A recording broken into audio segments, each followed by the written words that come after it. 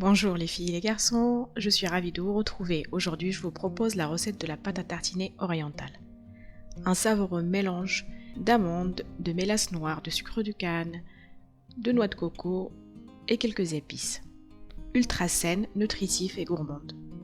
Pour réaliser notre recette d'aujourd'hui, il va nous falloir un verre de mélasse noire de sucre de canne, une cuillère à soupe de noix de coco râpée, 2 cuillères à soupe de farine, 2 cuillères à soupe de fenugrec, 2 cuillères à soupe d'huile végétale, 2 cuillères à soupe de graines de sésame, 2 cuillères à soupe de poudre d'amande, 3 clous de girofle, une demi-cuillère à café de la poudre d'anis, un quart de cuillère à café de cannelle moulue, la moitié d'une noix de muscade, à défaut un quart de cuillère à café de muscade moulue et 2 graines de cardamome.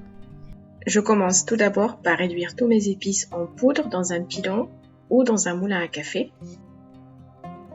Une fois mes épices écrasées, je prépare mon roux blanc avec l'huile végétale et la farine. Je fais chauffer mon huile végétale dans un faitout. Une fois mon huile chauffée, je rajoute la farine et je mélange bien jusqu'à obtention d'un mélange bien blanc. Je rajoute la mélasse et les épices, tout en continuant de mélanger. Je rajoute la poudre d'amande, les graines de sésame, la noix de coco râpée,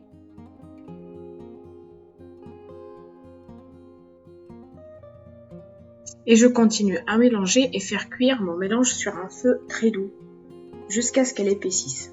Mon mélange a commencé à épaissir. Je rajoute ma poudre de fenugrec en fin de cuisson pour éviter que ma pâte à tartiner soit amère. On peut aussi rajouter quelques gouttes de citron, ça donne un petit goût acidulé et ça se marie bien avec la mélasse.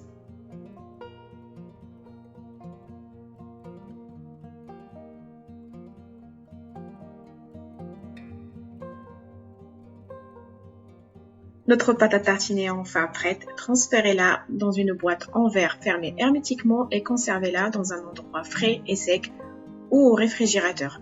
Cette pâte se conserve pendant 1 mois au réfrigérateur après ouverture.